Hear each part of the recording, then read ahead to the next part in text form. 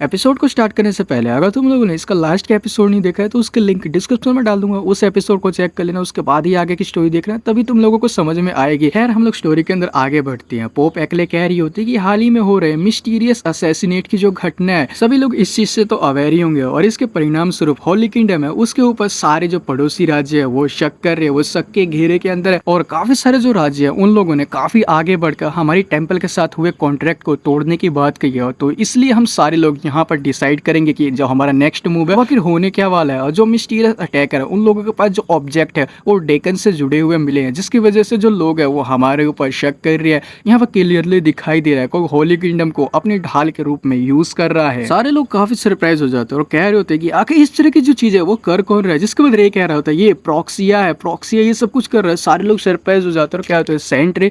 इसके बाद रे कह रहा था सबसे पहले तुम लोगों को ये जानने की जरूरत है कि आखिर वेगम से वेगम एक ऐसे है, वो ह्यूमन से मिलते जुलते होते हैं लेकिन वो ह्यूमन बिल्कुल भी नहीं है। वो एक लिविंग वेपन है और ना ही उनके पास ऑर्गन और नर्वस सिस्टम है। और प्रॉक्सिया मैन्युफैक्चर करने के लिए सेंटिमेंट वाइन है उसको कोर मटेरियल के रूप में यूज कर रहा है। और आप सभी लोग जानते हैं कि जो सेंटिमेंट वाइन है फ्लेवर और स्मेल को पीने वाले की इमोशन के अकॉर्डिंग ही बदल देती है। और प्रॉक्सिया ने इस मैजिकल वाइन में ह्यूमन इमोशन को एम्पलीफाई कर देने वाली डिमोनिक एनर्जी है उसका यूज किया है। और एक बार जब ये लिक्विड बॉडी के अंदर एंटर कर जाते हैं तो काफी ज्यादा दिक्कत हो जाती है। डिमोनिक एनर्जी होस्ट के जो करंट इमोशन होते हैं उसमें प्रभावित होकर उसको फॉलो करती है और एक डार्क मैजिक इंग्रेडिएंट होने के नाते ये एक मोस्ट सुटेबल ट्रीट होती है उसके अंदर बदल देती है। और जो मैन्युफैक्चरर्स है उन लोगों ने ये क्लेम किया है जो प्रॉक्सिया है वो रिक्रूट कर रहा है टेंपल के अंदर के जो लोग हैं उनको उनका यूज करके वो एक सप्लाइंग नेटवर्क है उसको स्टेब्लिश करना चाहता है, सेटअप करना चाहता है। और जो ये सेंटिमेंट वाइन है वो हर एक किंगडम के जो टेंपल्स है उनको एक सेरेमनी वाइन के रूप में दिया गया। जो लोग भी इसको पीते ड्रिंक करते हैं वो जो प्रॉक्सिया के वेगम यानी कठपुतली होते हैं वो बन जाते एक पपेट। किंगडम के हर एक टेंपल के ऊपर अटैक किया गया यानी उसको सोर्स बनाया गया। होली किंगडम ने अपने डेकन्स को भेजा था उसके लिए उसे जवाबदेही ठहराया गया और प्रॉक्सिया की ये सोची समझी साजिश है। अब रे की बात सुनकर सभी लोग काफी सरप्राइज हो जाते हैं। वो कह रहे थे अनबिलीवेबल, लेकिन मैंने सोचा था कि जो प्रॉक्सिया है वो पूरी तरीके से खत्म हो चुका है, लेकिन आखिर सेंट रे आपने ये सारी चीजें वो कहां से सीखी, कहां से आपको पता चली। जिसके बाद रे कह रहा होता है कि एक्चुअली में ये स्टोरी का काफी इंपॉर्टेंट पार्ट है। होली किंगडम को जब मैंने छोड़ा था बीमार लोगों को हील करने के लिए मैं एक छोटे से विलेज के अंदर पहुंच गया था जहां पर कि मैंने नोटिस किया कि एक मिस्टीरियस बीमारी है, वहां के लोकल लोग हैं उनसे वो इफेक्टेड है। मैंने यहाँ पर डिस्कवर किया था पॉइजन और डिमोनिक एनर्जी के ट्रेस को उनके कुएं के अंदर। एक प्रीस्ट उन लोगों के बीच में रह रहा था लेकिन वो उनकी मदद बिल्कुल भी नहीं कर रहा था। विलेजेस को वो हॉली वाटर था वो पैसों के बदले उनको बेचता था और जो भी चढ़ावा होता था वो अपनी जेब के अंदर उसे रख लेता था। और उस मूवमेंट पर जैसे उसने प्रॉक्सिया वर्ड अपने मुंह से निकाला एक कर्स के कारण उसकी जो बॉडी थी वो पूरी तरीके से एक्सप्लोड हो गई थी। और एक जो होली नाइट था जो कि प्रीस्ट के साथ काम कर रहा था, मैं उसको पास कहीं टेंपल के अंदर लेके जा रहा था लेकिन तभी एक अचानक से एक ग्रुप ने हमारे ऊपर घात लगाकर हमला कर दिया। और वो लोग और कोई नहीं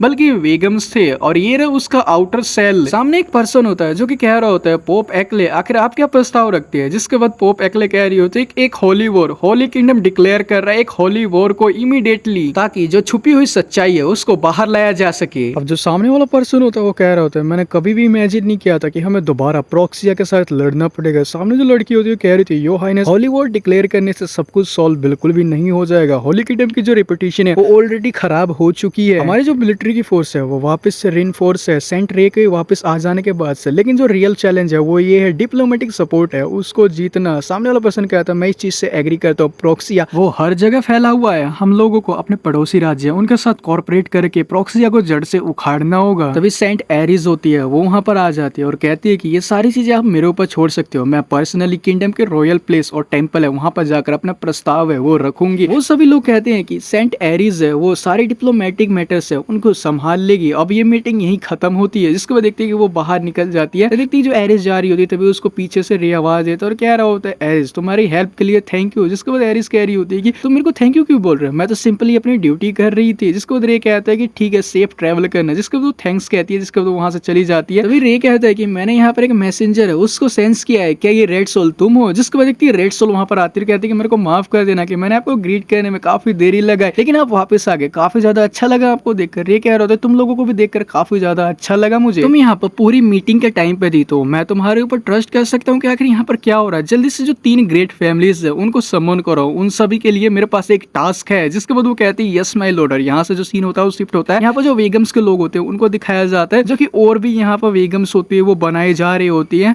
इसके बाद देखते हैं वहाँ पर एक पर्सन आता है और कहता है कि हॉली किंगडम ने एक हॉली वॉर है उसको डिक्लेयर कर दिया है। सामने जो बंदा होता है वो क्या होता है, क्या एक हॉली वॉर जिंदा रहने के लिए कितना दयनीय अटेम्प्ट है, मानो इससे कुछ बदलेगा। जिसके बाद दूसरा वाला पर्सन कहता है एग्जैक्टली गैया के जितने भी टेम्पल है उनके अंदर हमारे लोग ऑलरेडी भरे हुए हैं। जिसके बाद पहले वाला पर्सन कहता है क्या उनकी तरफ से और कुछ भी हुआ है। दूसरे वाला पर्सन कह रहा होता है हमें पता चला है जो सेंट एरियल है वो डिप्लोमेटिक सर्किट है उसको सेटअप कर रही है किंगडम्स के अंदर, यानी प्रस्ताव रखने वाली वो हर किंगडम के अंदर जाकर। तभी पहले वाला पर्सन कहता है सेंट एरिस हमारा पहला सेक्रीफाइस रहेगी। दूसरे वाला पर्सन कहता है कि हमें उसको इतना ज्यादा अंडर एस्टिमेट नहीं करना चाहिए, उसकी कॉम्बैट पावर है, वो एक शॉर्ट मास्टर है, उसके लेवल तक की है और यहाँ तक कि वो मरे हुए को भी जिंदा करने में केपेबल है। जिसके बाद पहले वाला कह रहा होता है इसकी कोई भी जरूरत नहीं याद दिलाने की, मैं ऑलरेडी उसकी जो स्ट्रेंथ है उसको जान चुका हूँ लास्ट बैटल के अंदर, जाकर बोन को लेकर आओ। जिसके बाद दूसरे वाला कहता है हाँ मैं समझ गया सर। जिसके बाद पहले वाला कह रहा होता है टाइगर को हराने के लिए यानी उसको मारने के लिए तुम्हें एक ऐसे ब्लेड की जरूरत होती है जो हंटिंग के लिए बनी हो। जिस वो पर्सन होता है वो बोन को लेकर आ जाता है। जिसके बाद देखते हैं कि दूसरे वाला पर्सन होता है वो सीधा यहाँ पर मंत्र होता है वो पढ़ने लग जाता है। देन उसके सामने एक बॉडी पड़ी होती है जो कि एक अनडेड होती है। देन देखते हैं कि जो